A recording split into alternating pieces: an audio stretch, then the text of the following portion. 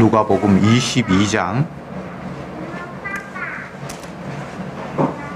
1절에서 13절 말씀까지 교독하겠습니다.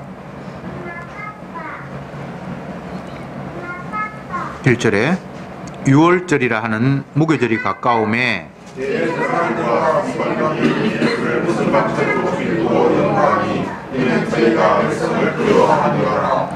열둘 중에 하나인 가룟이라 부르는 유다에게 사단이 들어가니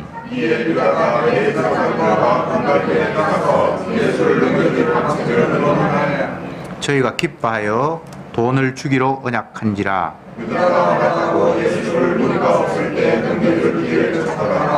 유월절 양을 잡을 무교절일이 이런지라. 예수께서 베드로와 보내시던 가사에 가서 우리를 위하여 유월절을 예비하여 우리를 먹게 하라. 여짜오되 어디서 예비하기를 원하시나이까? 이르시되 보라, 너희가 성내로 들어가며 물 한 동이를 가지고 한 사람을 만나리니 그의 들어가는 집으로 따라 들어가서 그 집 주인에게 이르되 선생님이 네게 하는 말씀이 내가 내 제자들과 함께 유월절을 먹을 객실이 어디 있느냐 하시더라 하라.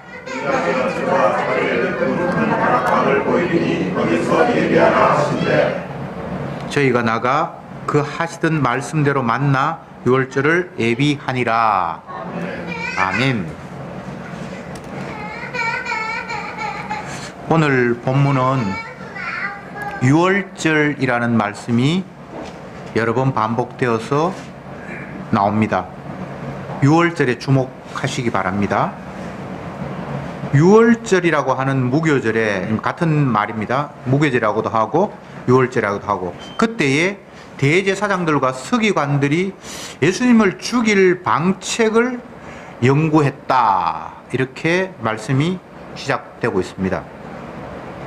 예수님 죽이려고 하는 사람들, 예수님이 미워서 도저히 그냥 하는 일들을 묵과할 수 없는 그 당시 종교 지도자들의 입장에서는 굳이 유월절이라는 절기가 큰 의미가 없습니다. 예수님을 죽이려고 하는 사람들에게는. 그런데 유월절이 되어서 그런 의논을 했다라고 성경은 기록하고 있습니다. 예수님의 의도예요. 그런데 마침 예수님의 제자 중에 하나인 가룟 유다에게 마귀가, 악귀가 들어가서 그의 마음에 예수님을 팔라 넘길, 죽일 생각이 있어서 예수님을 죽이려고 연구하는 그들에게 찾아가서 내가 예수님을 당신들에게 넘겨줄 테니까 당신들은 내게 뭘 줄 수 있냐? 돈을 주겠다.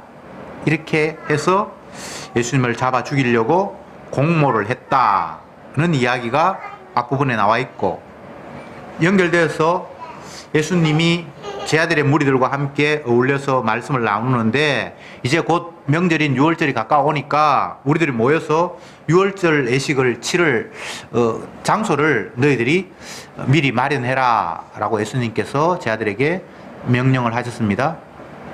그러면서 하시는 말씀이 어디에 하면 좋겠습니까 하니까 어느 고을에 가면 뭐 누구를 만날 텐데 그에게 가서 예수님과 우리들이 유월절을 지내기를 원하니까 장소를 좀 제공해 달라고 하면 그가 장소를 제공할 것이다. 이제 이런 이야기가 본문에 기록되어 있습니다. 앞부분의 이야기는 종교 지도자들인 대제사장들과 서기관이 어떻게 하면 예수님을 잡아 죽이지? 라고 의논을 했고, 그런데 마침 예수님의 제자 중에 하나인 가룟 유다에게 마귀가 들어가서 예수님을 팔아 넘기려고 그들과 공모를 했다는 이야기. 그리고 그 시점에 예수님과 다른 제자들은 유월절이 다가오니까 우리가 어디에서 유월절을 보낼까 장소를 예비하고 그곳을 이렇게 물색했다는 이런 이야기. 전체적인 흐름 속에 유월절이라는 큰 테마가 핵심으로 자리 잡고 있습니다. 유월절. 유월절이라는 의미는 구원이라는 개념들을 설명하기 위한 가장 핵심적인 개념입니다. 어떤 분은 구약 전체를 한마디로 표현을 했을 때 유월절의 어린 양이다, 이렇게 표현을 했고, 신약을 한마디로 표현하면 6월절 어린 양 대신 예수님이 십자가에 돌아가셨다, 이렇게 표현한 걸 제가 들었습니다. 구약에는 6월절의 어린 양, 신약은 그 6월절의 어린 양인 예수님, 이게 성경의 핵심이에요. 우리가 어떻게 하면 구원을 얻습니까? 어떻게 하면 복 받습니까? 천국은 어떻게 하면 갑니까? 라는 게 성경의 핵심이 아니에요.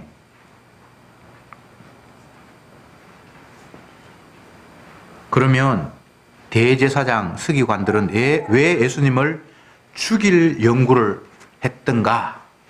그 부분부터 한번 따져봅시다. 대제사장 서기관들은 그 사회에서 중책을 맡고 있는 사람입니다. 사회의 우두머리고 전체 민심들을 좌우할 수 있는 위치에 있는 사람들입니다. 대제사장이라고 하면 그 당시에 뭐 거의 대통령에 가까운 그런 위치에 있다고 보여지고, 서기관이라고 하면 뭐 장관이나 아니면 국회의원 뭐 그 정도의 위치에 있다고 한번 생각하면 정확하진 않지만 본문을 이해하는데 조금은 도움이 될 것 같습니다. 당시 유대 사회는 식민지로 자기 스스로의 통치권이 없으니까 그나마 명맥을 이어오고 있는 뭐 대제사장 이런 사람들이 최고의 위치에 있고, 또 서기관은 또 국회의원 정도 되는 뭔가를 결정할 수 있는 그런 위치에 있는 사람들인데, 이 사람들이 왜 예수님을 잡아 죽일 걸 연구했을까? 그 이유는 다른 것이 아니라 유대를 하나로 결속할 수 있는 율법적인 해석, 그리고 종교적인 지배권을 가지고 있는 그들의 지휘권, 권한, 이런 것들을 예수님이 뭔가를 가르치고 말씀하고 돌아다니면서 다 어그러뜨려 버렸어요. 그들의 율법 해석 자체를 떡으로 만들어 버렸고, 전혀 잘못된 해석인 것처럼 전혀 다르게 해석을 해버렸고, 그들의 권한과 위치를 아주 묵사발 만드는 식으로 예수님께서 행동을 해버렸어요. 그러면 개인적으로 내 자리가 위협받는다라는 것으로 예수님을 미워할 수 있지만 그 정도가 아니라 이 유대 사회 전체의 질서 근간을 그들이 뿌리채 흔들어 버리기 때문에 나라를 혼란에 빠뜨리는 아주 이 암적인 존재가 예수님이기 때문에, 그리고 그들의 신앙에 의해서는 예수님이 하나님의 아들이기는커녕 마귀의 앞잡이다라는 생각을 했기 때문에 그들을 잡아 죽일 궁리를 했어요. 그러면 잡아 죽이면 되지 왜 그걸 굳이 궁리를 하느냐? 그 뒷부분에 보면 저희가 백성을 두려워함이로라 이렇게 돼 있죠.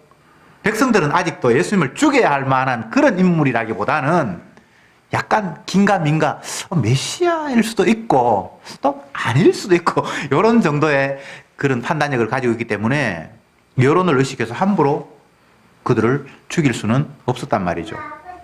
22장 바로 앞부분에 21장 38절에 보면, 37절부터 보면 모든 백성이 그 말씀을 들으려고 이른 아침에 성전에 나아가니라. 꽤 아직도 예수님의 그 말발이 사람들에게는 관심의 대상이 되어 있기 때문에 함부로 죽일 수는 없고, 어떤 궁리를 찾아서 예수님을 죽일까를 그들은 고민하고 연구하고 했다 이 말이죠. 그런데 마침 예수님의 제자 중에 하나인 가룟 유다가 사탄이 그에게 들어감으로 말미암아 그의 마음속에도 예수님을 죽여야 되겠다라는 생각이 들어서 예수님을 죽이려고 궁리하고 있는 그들을 만나서 결탁을 하는 겁니다. 표면적으로 보면 예수님 제자 가운데도 예수님을 죽이려고 하는 사람이 있었고, 또 유대 사회 지도자들 가운데 예수님을 죽일 사람이 있었고, 그렇게 해서 짝짝꿍이 되어서 예수님은 죽는다 이렇게 읽을 수 있지만, 이 모든 구도들은 예수님이 자기 스스로 아버지의 뜻을 따라 자기 생명을 드려야 하는, 제물이 되어야 하는 그런 상황이 되었기 때문에 이런 환경들을 조성하고 있는 거예요. 마귀를 다스리는 분이 예수님입니다. 마귀가 예수님을 반대하는 세력인 건 틀림없어요. 복음의 강체를 가리고 십자가의 의미를 희석시키는 역할을 마귀가 해요. 그럼에도 불구하고 그 마귀의 역할은 예수님의 권한 속에 담겨 있어요. 제 마음대로 예수님의 뜻을 어겨서 지 마음대로 활동할 수 있도록 그렇게 독립적이거나 자율적인 인물이 아니에요. 보통 율법과 성도의 관계를 설명을 하면서 죄인을, 이 땅에 있는 모든 인간들을 율법, 마귀가 장악하는 율법이 사로잡고 있어요. 그러니까 모든 인간들은 마귀의 권한 아래 놓여 있어요. 사단의 권한 아래. 이게 끝인가? 아니에요. 그 전체를 예수님이 장악하고 있어요. 이런 구도가 이 세상의 구도예요. 근데 이걸 잘못 이해하는 사람들은, 지옥 갈 사람들은 마귀에게 사로잡혀 있고 천국 갈 사람은 예수님에 잡혀 있고, 이게 따로 이렇게 구분하는 사람이 있어요. 그렇지 않습니다. 그런 구도가 되어버리면, 그러면 예수님은 이 마귀의 권한 아래에 있는 이 사람들을 타치하지 못하고 자기 성도들, 천국 갈 사람만 관여할 수 있는 것처럼 그렇게 되잖아요. 성경은 그렇게 돼 있지 않아요. 모든 인간을 마귀가 장악하고 있고, 그 장악하고 있는 걸 예수님이 장악하고 있는 이런 구도가 세상 구도예요. 그래서 가룟 유다의 마음 속에 사단이 들어가서 사단이 가룟 유다를 장악하고 있잖아요. 근데 이걸 예수님이 손 못 대느냐? 아니에요. 예수님이 허락하심 속에 그런 구도가 만들어졌어요. 앞 성경 공부 시간에 사울에게 하나님의 신이 임해서 백성들과 다른 시각으로 암몬의 침략을 바라봤다라고 제가 말씀을 드렸잖아요. 백성들은 성령이 없으니까, 강한 나라가 우리를 쳐들어왔으니까 이제 우리가 죽었구나 하면서 눈물을 흘리고 통곡하고 있고, 똑같은 상황에서 하나님의 신이 임한 사울은 분노하고 있고, 하나님의 신이 임한 것과 아닌 것의 차이입니다. 여기도 마찬가지죠.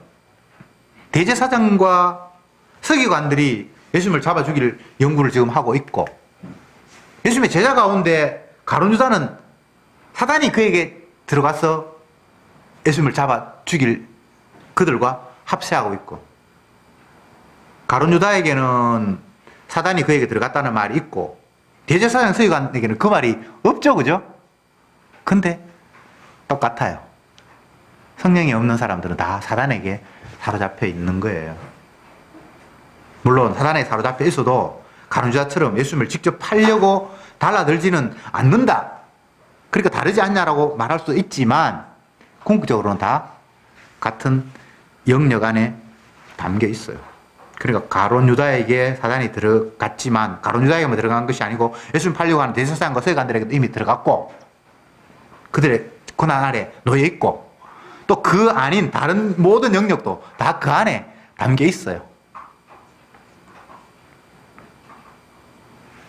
그렇거나 말거나 주님은 또 다른 이야기를, 또 다른 사건을 펼치기 시작합니다. 가룟 유다를 제외한 나머지 11제자들과 함께 유월절을 준비해요. 나중에는 유월절 그 자리에 가룟 유다도 같이 참석해요. 전혀 다른 양상이 같은 공간 안에서 벌어지고 있죠. 예수님 뭐라고 이야기를 합니까? 베드로와 요한에게 유월절을 우리가 준비해야 되지 않냐. 지금 우리의 개념에서 유월절 준비한다는 게 좀 웃기는 식으로 들릴 수 있지만, 설 준비하는 거하고 똑같아요. 설. 명절 되면 뭐 강엿도 만들고 떡도 빼고 여자들 같으면 부침개도 굽고 뭐 이렇게 하듯이, 이들의 유월절이 굉장히 큰 명절이기 때문에 나름대로 유월절에는 양을 잡아서 같이 고기를 나누어 먹고 무교병을 먹고 하는 그런 절기란 말이죠. 그래서 이거 준비해야 돼요. 그냥 날 돼가지고 세배 한번 하고 끝나는 게 아니거든요. 유대에게는 굉장히 큰 명절이에요. 신앙과 상관이 없이 그들에게는 습관적으로 대대적으로 큰 명절로 지켜왔어요. 예수님은 다른 의도로 그 유월절을 지키는 거지만, 그래서 예수님이 유월절 다가왔으니까 유월절 먹을 것들을 너희들 준비하고 장소들을 준비해라. 그러면서 하시는 말씀이, 어디로 가면 여기 보면 10절에 보라, 너희가 성내로 들어가면 물 한 동이를 가지고 가는 사람을 만나리니, 아마 여자가 물 들고 갔다가 집으로 가는 사람을 만나게 되면 그 집에 따라가면 그 집 주인이 있는데 그에게 네가 얘기해라. 우리 제자들과 예수님께서 너희 집에서 유월절을 먹기를 원하니까 장소를 좀 마련해라고 하면 그가 다락방을 내줄 것이다. 이렇게 이제 얘기를 한 거예요. 대제사장과 서기관은 예수님을 팔 생각을 하고 있고, 사단이 들어간 가룟 유다도 거기에 합세하고 있고, 또 한쪽에는 예수님의 돌아가실 걸 준비하기 위해서 다락방을 제공하고 또 제자들이 그게 함께하는 이런 그 상반된 모습, 똑같은 유월절인데 한 사람 예수 잡을 죽일 연구를 하고 있고, 한쪽에는 예수님의 죽음의 의미가 무엇인지를 동참하는 유월절을 준비하고 있고, 이렇게 지금 똑같은 시기에 전혀 다른 양상의 모습들이 펼쳐지고 있습니다. 이게 세상 구도예요.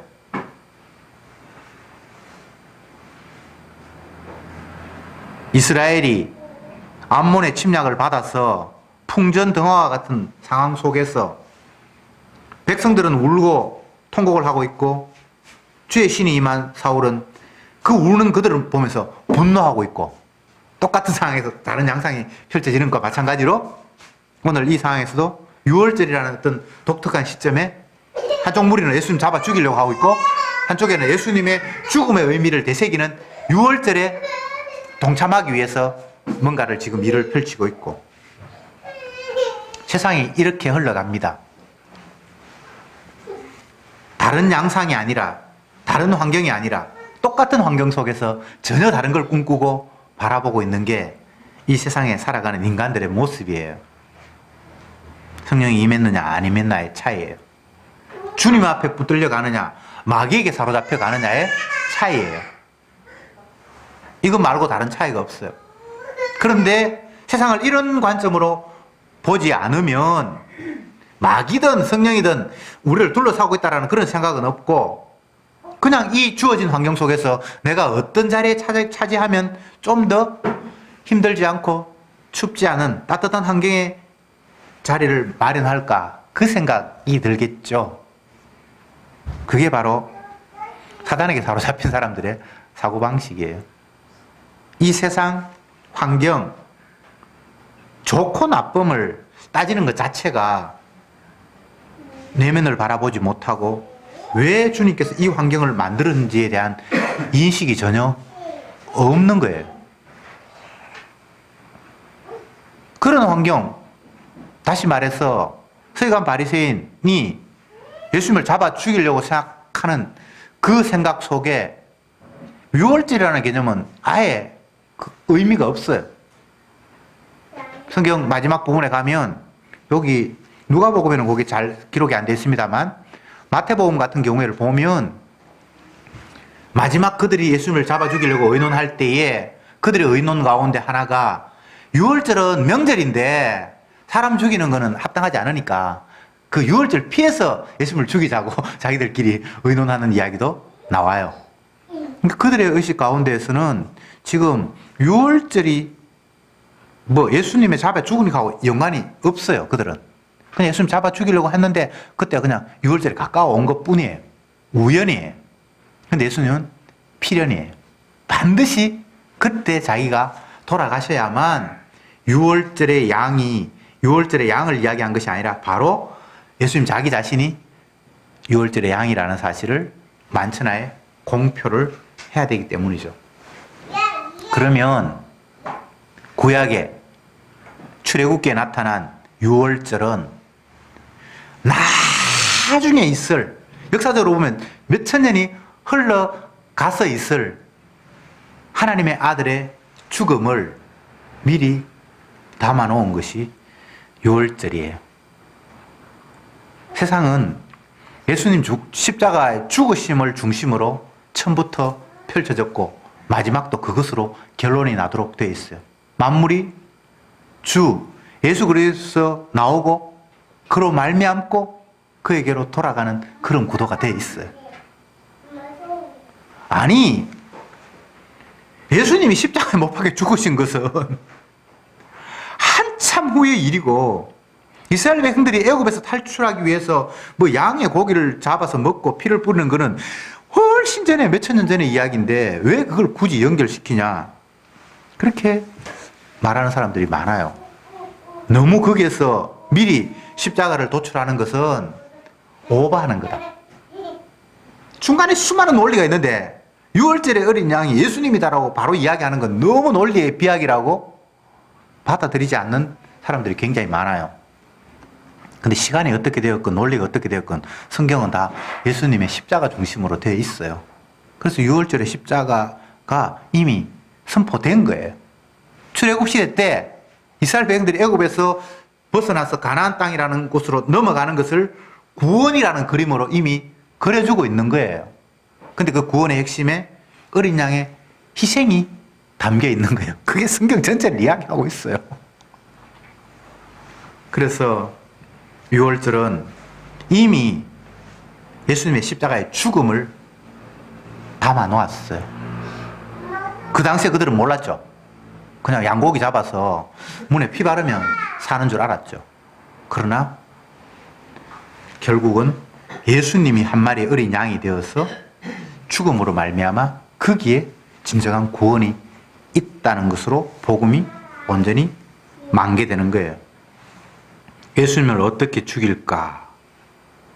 백성들은 아직 예수님 죽이면 안 된다고 생각을 하고 있고, 그럴 때 가룟 유다가 악기가 들어가서 마귀가 들어가서 예수님을 죽여야지라고 예수님을 죽이려고 하는 그들에게 한편 먹고, 이게 다 주께서 하신 일이에요. 사탄이 들어갔지만 다 주님이 하시는 일이에요. 가룟 유다 입장에서 한번 생각해 봅시다. 어쨌든 예수님을 거의 3년 가까이 따라다녔고 선생님이라고 랍비여 그러면서 존경하는 그런 사람이었고, 또 다른 12제자와 함께 긴 세월을 보냈잖아요. 근데 웬만해서는 그 스승을 팔아 넘기려고 하는 생각 자체가 이게 사람의 상식으로는 있을 수 없는 일이에요.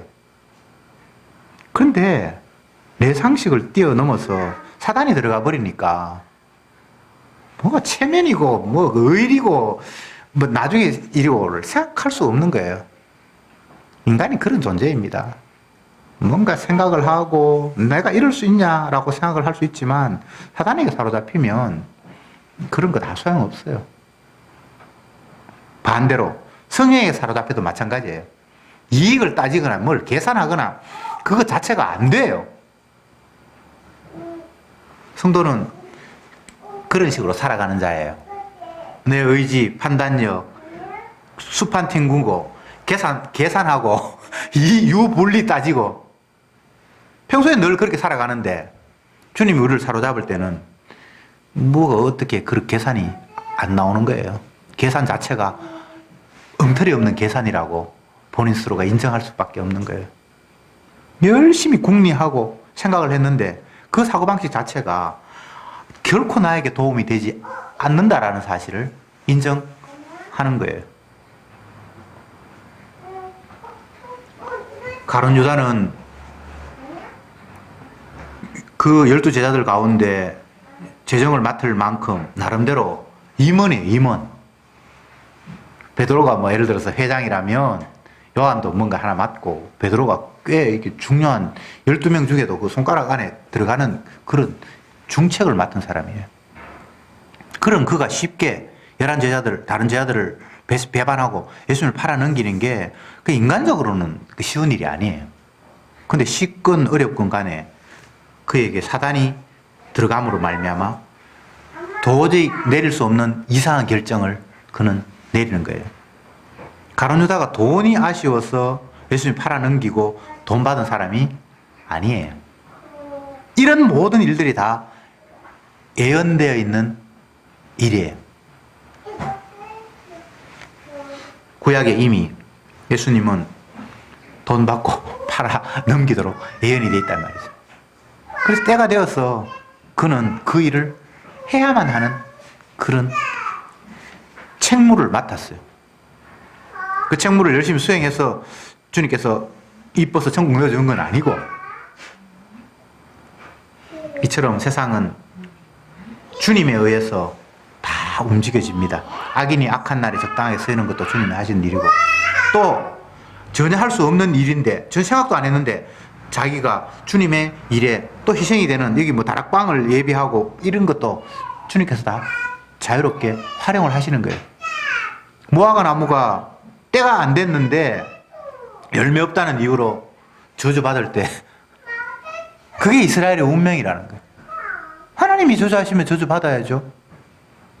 아니 뭐 때가 안 됐는데 왜 그런 거 물을 수 없는 게 피조물이에요. 나는 은혜 줄 자에게 은혜 주고 긍휼 여길 자는 긍휼을 여긴다. 그게 끝이에요. 왜 나는 긍휼에서 제외됐습니까? 라고 물을 수도 없는 게 피조물이에요. 왜 나를 지옥 보냅니까? 왜 나는 천국 못 갑니까? 왜 나는 소경으로 태어나야 됩니까? 라고 물을 수 없는 게 피조물이에요. 주님의 하시는 일을 위해서, 사랑이 무엇인지 보여주기 위해서 야곱은 태어나야 했고, 미움이 무엇인지 보여주기 위해서 에서는 태어나야만 했습니다. 그가 나중에 어떤 나쁜 행동을 해서 미워하고 착한 행동을 해서 좋아하고가 아니에요.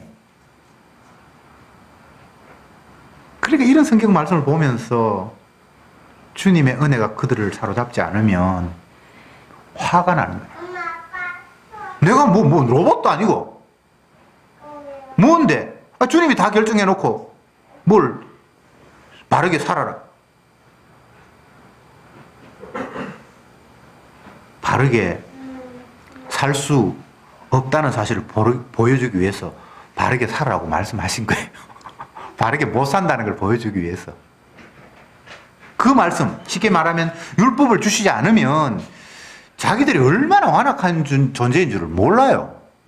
그래서 하나님 말씀을 주시고 그 말씀에 비춰보니까 자기가 1000번 만번 죽어도 할 말이 없는 존재라는 사실을 깨닫는 거예요. 근데 그 깨달음도 은혜가 임한 사람에게는 그렇게 깨닫고, 은혜가 안 임한 사람들은 말씀, 율법 자체를 우습게 보죠. 나는 내가 살기 위해서 필요한 것만 수용을 하지, 불필요한 건 나 그거 걷어찰 거야. 그게 인간들의 선택이에요. 하나님의 선택 이전에 인간들은 인간들의 선택을 날마다 하잖아요. 선택해야죠. 대제사장 서기관은 예수님을 죽이기로 선택을 했고, 가룟 유다도 에이 제 아들하고 배반하고 나도 예수님 반대편에 죽이는 쪽으로 선택을 했고, 그 지 마음대로 된 건 아닙니다. 이미 주님에 의해서 움직여지는 거예요. 그런데 주님은 또 다른 제 아들에게 유월절을 예비해라. 이제 때가 가까워 왔다. 예수님이 종말을 21장에서 이야기하면서 이제는 궁극적으로 유월절을 이야기합니다. 유월절의 핵심은 어린 양이 죽어서 피가 뿌려지는 게 핵심입니다. 유월절에 뭐 썬나물을 먹고 무교병을 먹고 뭐 많은데 그게 핵심이 아니고 어린 양이 피를 뿌리는 것이 유월절의 핵심입니다. 예수님은 이미 그 앞에 종말을 이야기를 했고, 사람들은 종말이 오면 이제 더 이상 돌이킬 수 없는데 내가 어떻게 준비하지, 뭐 엉뚱한 생각, 내가 마지막 때 심판받지 않고 구원 얻을 수 있는 방법은 없을까라는 그런 궁리를 했고, 예수님은 그런 방법 없다. 내가 죽는다는 것은 너희들이 다 나를 잡아 주겠다는 이야기고, 그것 자체가 너희들은 영원히 멸망받을 수밖에 없는 자라는 사실을 공개적으로 확정하는 것이 종말이다. 그래서 예수님은 그 종말을 고쳐하기 위해서 유월절이라는 시점에 죽음을 향해서 나아가고, 이쪽 한편에서는 예수님을 죽이기 위해서 유월절날 뭔가를 궁리하고 있고, 예수님은 아버지의 뜻을 순종하기 위해서 죽음으로 나아가고 있고, 세상 마귀에 속한 사람들은 자기 살려고 그 주장스러운 예수님을 죽이려고 하고 있고, 똑같이 죽는데 전혀 양상이 다르잖아요.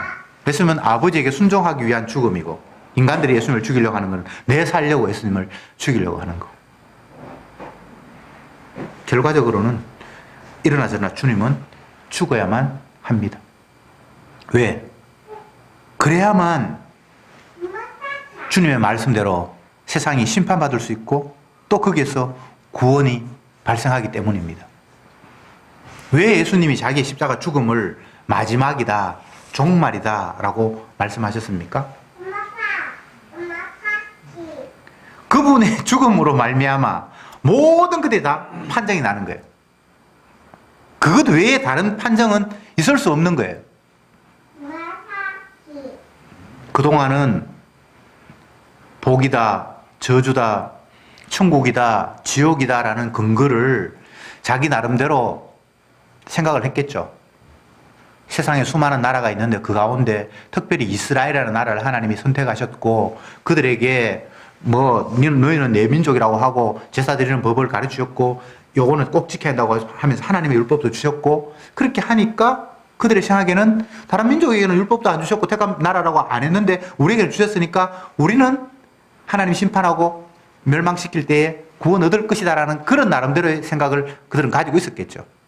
근데 혹 가다가 이방인들도 그들에게는 직접 하나님 율법도 안 주셨는데 이스라엘에게 준 율법을 가지고 자기들도 믿는 무리가 생기니까 그 사람들은 또 구원을 얻을까? 나름대로 구원과 심판의 근거를 자기 나름대로 계산을 했겠죠.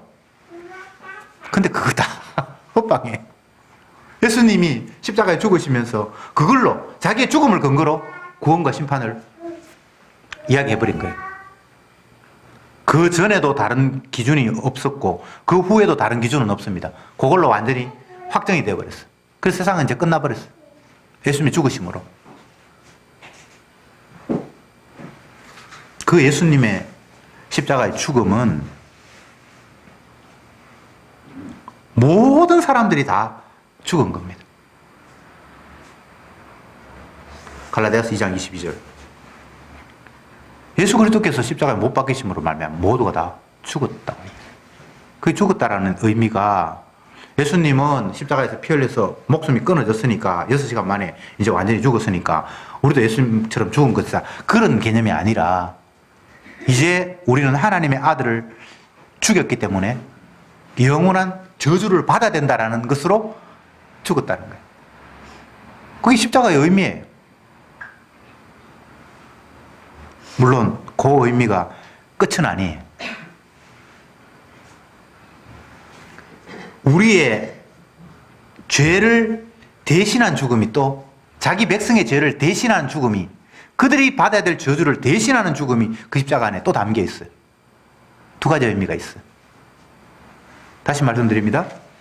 예수님이 십자가에 죽으셨다는 것은 모든 사람들이 예수님을 잡아 죽였기 때문에 너희들이 죽었다라는 의미가 하나 있고 또 그 안에 세밀하게 들여다보니까 택한 백성, 자기 백성들이 받아야 될 저주를 대신해서 받아서 그들에게는 용서하시겠다라는 의미가 그 십자가 안에 담겨 있어요. 이게 세상을 나누는 기준이고 천국과 지옥을 나누는 기준이고 복과 저주를 나누는 유일한 기준이에요. 다른 기준은 없어요. 예수님이 십자가에 못 박히고 난 이후에도 사람들은 십자가를 기준으로 생각하지 못하고 할례를 행했냐? 안식일을 지켰냐? 11조는 왜 안 냈냐? 라는 식으로 복과 저주를 나누는 무리들이 많았어요. 그럴 때 복음 전하는 사람이 뭐라고 이야기합니까? 웃기고 있네.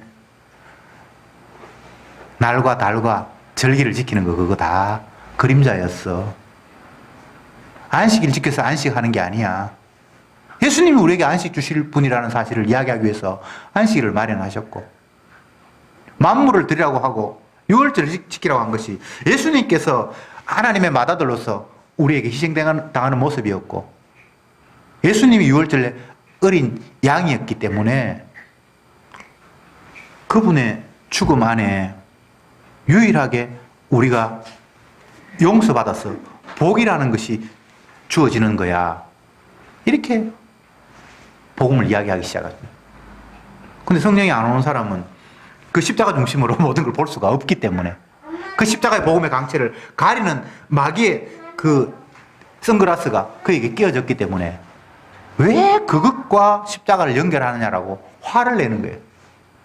고린도 교회가 또 아니면 12사도들과 나중에 사도가 된 바울과 모여서 회의를 하는데, 바울은 예수님의 십자가 말고는 다른 이야기를 안 하는데 계속해서 이 12제자들은 그래도 나름대로 할례는 행해야 되고 안식일은 지켜야 되지 않냐. 그리고 뭐 목베어 죽인 거는 뭐 안 되고 뭐 나름대로 그동안 내려왔던 전통들을 완전히 놓지를 못하는 거예요. 물론 사도 바울이 그걸 인정하는 건 아니었지만 그래 좋다 양보하는 것처럼, 그럼 나중에는 가서 완전히 다 그것을 박살내버려요. 처음에는 뭐 그들이 그렇게 이야기하니까 어쩔 수가 없었어요. 들어주는 것처럼 하다가 하나하나 그것들이 아니라고 부수는 식으로 말씀이 전개가 돼요. 여러분, 예수님은 죽기 위해서 이 땅에 오셨습니다. 예수님이 영원히 안 죽어서 이스라엘 백성들에게 천국을 이야기하면서 그때부터 하늘나라가 이스라엘 땅에 펼쳐지는 그런 식의 구원은 없어요. 인간은 죽어서 구원이 일어날 거라고 꿈에도 상상을 못했어요. 죽으면 끝이라고 생각을 했어요. 그런데 예수님은 자기 자신이 죽음으로 말미암아 거기에서 비로소 구원을 만드시는 독특한 방법으로, 죄인들이 감히 상상도 못하는 방법으로 구원을 만드셨어요. 그래서 예수님이 죽음 안에 유일한 구원이 있어요. 십자가 저주받음 속에 유일하게 생명의 꽃이 피도록 되어 있어요. 사람들은 십자가를 너무 싫어해요. 죽음을 너무 싫어해요. 왜? 그건 우리의 육성으로는 싫은 거예요. 죽는 게. 그런데 성령 안에서 새롭게 바라보니까 그 예수님의 죽으심 안에만 유일한 생명이 있는 거예요. 물론 우리가 죽어서 생명을 얻는 건 아니에요. 예수님이 죽으셔서 그 안에 유일한 생명이 있는 거예요. 그러니까 그것 말고는 다른 걸 성경은 생명으로 인정도 안 해줘요. 그러니까 우리가 죽고 사는 거, 그거는 생명하고 아무 상관이 없는 것이 돼버려요. 성령 안에서. 누가 죽었다, 뭐 초상 났다, 아이고 뭐 안 됐네. 성령 안에서는 그런 개념이 없는 거예요. 성령 안에서 죽음이란 유일한 하나님의 아들의 죽음만이 죽음이고 그의 부활만이 생명이지, 다른 여타의 인간들의 죽음과 이걸 갖다가 생명이니 뭐 이렇게 말한 적이 성경에는 애초부터 없었던 거예요. 너희는 죽었고 라고 얘기했을 때 그 말은 살아있는데 앞으로 죽을 거니까 결과적으로 죽는다라는 그런 이야기를 한 것도 아니고, 너희들은 생명축에 들어가지도 않고 그러니까 그건 아예 그 죽었다라는 이야기는 생명 아니라는 이야기예요. 아시겠습니까? 생명도 아니에요. 성경에서 생명이라는 것은 예수님의 생명만이 유일한 생명이지, 피조물들의 이 살아있다라는 이거는 생명축에 넣어주지도 않았어요. 그래서 죽었다고 그래요. 태어나자마자 그건 생명이 아니기 때문에 죽은 거예요. 생명의 그림자를 보여줬다라고는 말할 수 있어요. 그러나 그건 생명이 아니에요. 그러니까 성령 안에서 바라볼 때에 우리 육신, 인간들의 뭐 살았다 죽었다 하는 것은 의미가 없어요. 예수님의 죽었다 부활했다에게만 유일한 의미가 있어요. 그래서 성도들은 예수님의 십자가와 부활에만 관심이 집중이 돼야 되지, 누가 죽고 살고 하는 데는 그거는 뭐 아무 의미가 없어요. 예수는 우리 범죄함을 위하여 내어줌이 되었고, 우리 죄 때문에 예수님이 돌아가셨고, 예수님 돌아가신 건 우리가 빼도 박도 못하는 죄인이고 저주받았다라는 이야기고, 그가 다시 살아남으로 말미암아 우리가 용서함을 받았다라는 근거가 거기에서 또 발생하는 거예요. 죽음을 심판받아야 됨을 슥 지나가고 이제 용서받았다는 것으로 결론이 뚝 떨어지면 안 돼요. 철저히 우리는 죽어야 할 자, 저주받아야 할 자라는 사실을 성경은 명확하게 이야기하는 거예요. 사람들은 너무 쉽게 결론만 따먹고 싶은 거예요. 그러면 그게 은혜가 안 돼요. 물론 그거 내가 천국 갔으니까 주님 용서하시니까 감사하다라고 할 수 있지만 저주 받았다라는 것이 전제가 되어야만 그 저주에서 해방하시는 은혜가 얼마나 큰 은혜가 되는지를 성경은 그런 식으로 설명을 하고 있어요. 그래서 결과적으로 구원받았잖아 라고 나오면 그건 주님이 의도하시는 바와 다른 식의 이해를 갖는 거예요. 주님의 말씀 앞에 날마다 내가 저주받을 죄인이라는 사실이 깨달아지는 식으로 성령은 우리에게 역사하십니다.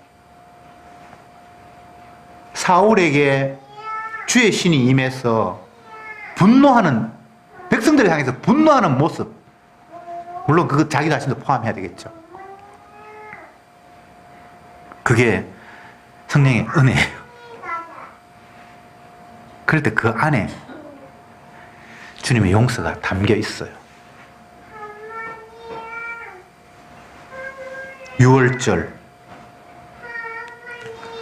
이것은 예수님이 죽어야만 한다는 이야기입니다. 예수님이 죽지 않으면 아무것도 이루어질 수가 없어요. 그들이 율법을 순종해서 복을 받고 천국을 갈 수 있는 그런 방법은 없어요. 그리고 예수님이 죽지 않으면 심판이 뭔지도 몰라요. 저주가 뭔지도 몰라요. 고생하고 소경으로 태어났고 그게 저주가 아니에요. 하나님의 아들이 사람들에게 잡혀 죽는 유월절에 어린 양이 되는 그게 진짜 저주가 무엇인지가 담겨 있고 또 그 죽음 속에 생명이 담겨 있습니다. 기도합시다. 주님, 오늘도 말씀을 통해서 주님의 죽으심을 중심에 놓고 한 무리들은 예수님을 죽이려고 하고 있고 또 다른 무리들은 예수님의 죽음의 의미를 되새기고 있는 이런 장면을 보았습니다. 주여, 이것 외에 세상에 다른 것이 없음을 깨닫게 하옵소서. 저희들이 지금 살아서 직장에 다니고 사람을 만나고 어떤 환경에 처하고 있고 이 모두가 예수님을 죽이는 환경인지 아니면 주님의 십자가의 의미를 다시 되새기는 환경인지를 바라보게 해 주옵소서. 십자가 외에 다른 것이 중심이 될 수도 없고 다른 것에 의미를 둘 수도 없는 세상 속에 놓여 있는 저들이 오니 주여 날마다 십자가의 은혜가 저들에게 선명하게 다가오는 은혜가 있게 해 주옵소서. 그래서 온전히 그 주님의 보혈의 피만 찬양하는 증인으로 살게 하옵소서. 예수님의 이름으로 기도드립니다. 아멘.